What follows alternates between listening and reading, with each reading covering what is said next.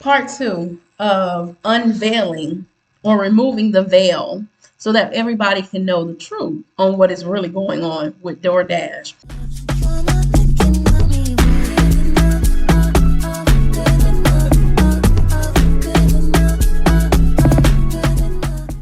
Now, in the intro, I basically kind of gave you a rundown how the Curl Smiler and the people that did the original report on that sort of exposed her for who she truly was to the YouTube platform, along with a couple of other content creators that were out there. But like I said about Ringo being the one that I learned it from, there was massive amount of people that was exposing this woman.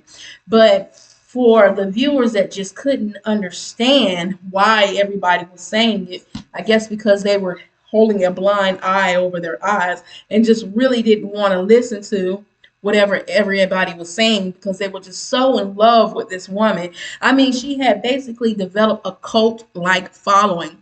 And come to think of it, it was a content creator that actually made a video talking about around that time too, about how to get people to follow you as if they wasn't a cult. Now, for the normal-minded person, probably would think, why would I want somebody to follow me like a cult?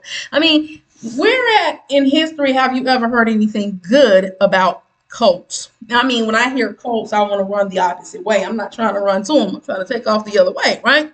But this is what she was really doing. And I don't know with everything else she had to learn. She probably saw this video and was like, let me add this to what I am doing to try to multiply what I got going on. But a lot of, and also she was also teamed up with this guy. Her name was Doe Dash and his name was Dash of Faith.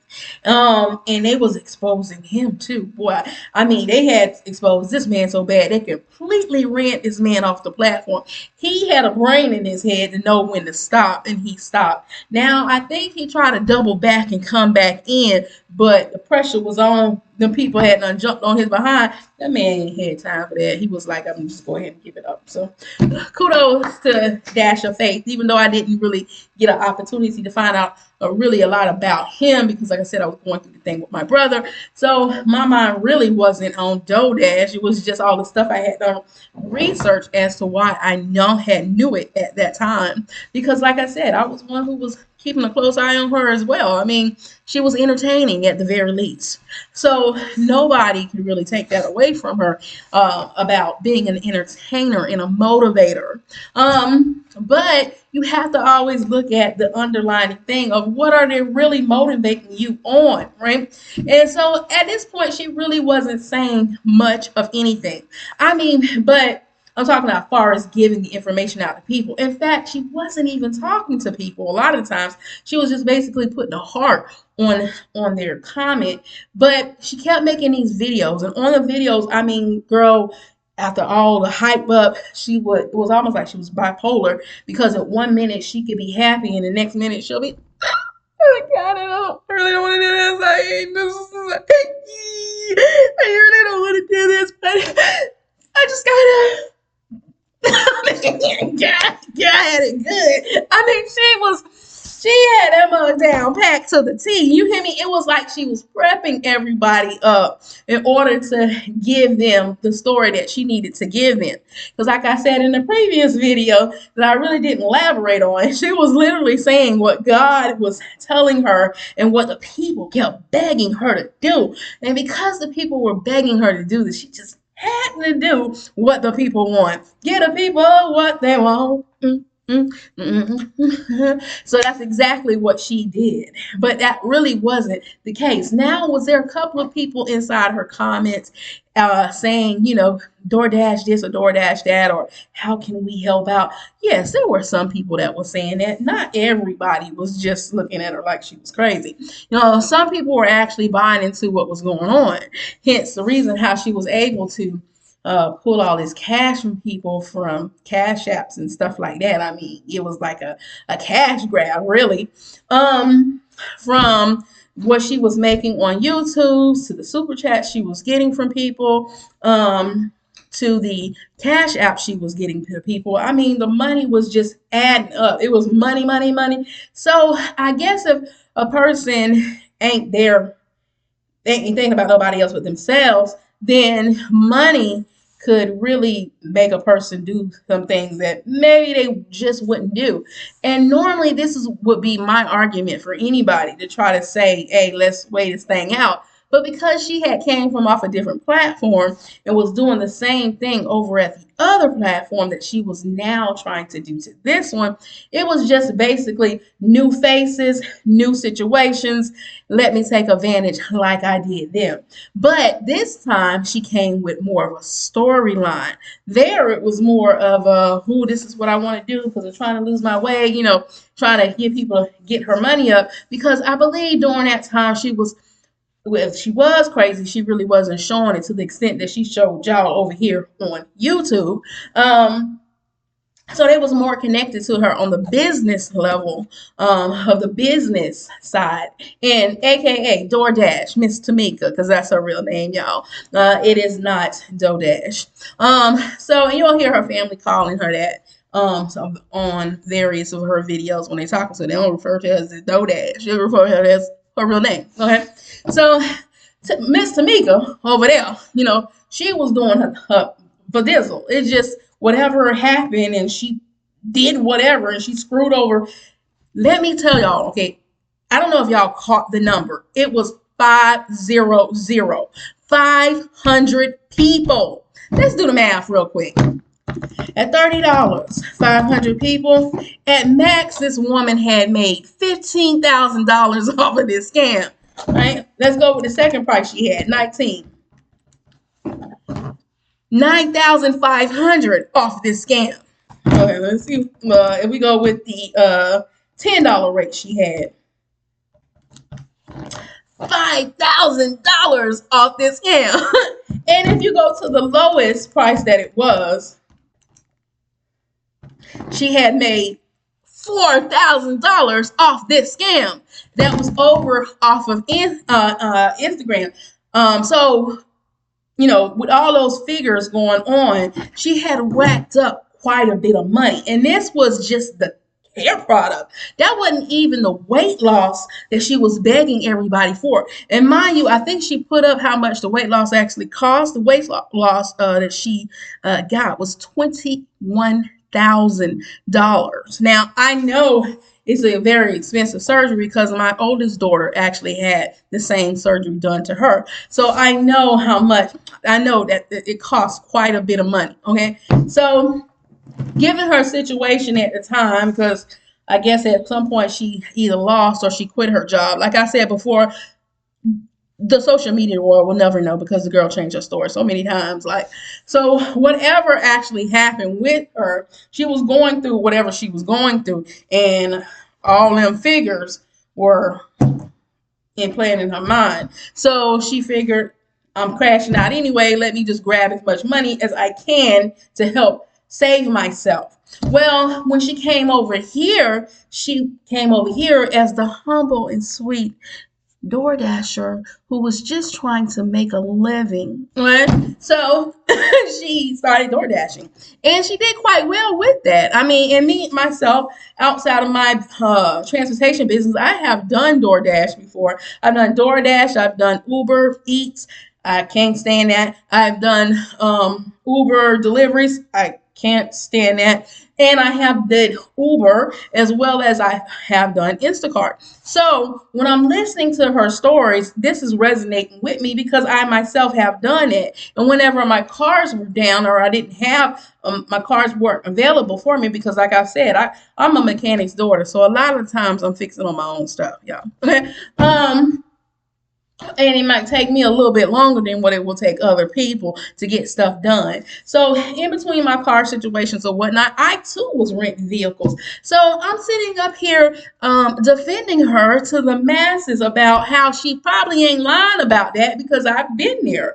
And especially if you're renting them cars through Turo, Turo is basically where people put their cars up on the platform and you rent cars from them. Them cars really do go for 125 to 130. I ain't never got one higher than that. I mean, because personally, I'm not finna spend that kind of money for those luxury vehicles. But when I actually ran into somebody here recently that took me to this guy's platform, and I'm still looking for it because I can't quite remember his name. But so if anybody watching this video, if you were the person who told me about this guy, he was sort of like a heavyset guy, and I mean he did almost like a 2 hour exposure on DoorDash, but he was there from the beginning of time with her over here on YouTube and on Instagram. So he was bringing both of the things together. I mean, he had where she was telling people how much her rent was. So I don't know how her rent went from $600 to whatever she's paying now, because originally she was telling people all she was paying for rent was $600. Okay, and I'm trying to figure out like where you were staying at when you were paying $600, man. Okay, but that was good though. Okay, so she was telling people that her rent and all this other stuff only added up to like $1,800. I mean, total, all her bills, outside of what she was spending on the car. The car was her biggest thing, right? And this is where that car story keep changing, because originally she told the truth. She told the truth about she was renting the car out to from various rental people, and she was talking about the amounts, and that's like I said how I was kind of connecting with her, because I was like, the lady telling the truth about that, because I have to rent cars myself, and that's about what they cost, right? And so I was basically like telling them, like, if she's doing this every day and she's paying for gas, she ain't, even though she might be making $300, she ain't keeping $300. Probably keeping like 100, 125, so. And I'm saying it based off of what I had to do while doing it as well. And if you got that rental note and you have gas, then you're not gonna have $300. So she ain't lying about that part. She's working herself to death trying to make what's left outside of the car and the rental car and the gas, right? So before all this other stuff had came to my knowledge or whatever. But I was looking back on, everything that the woman was saying.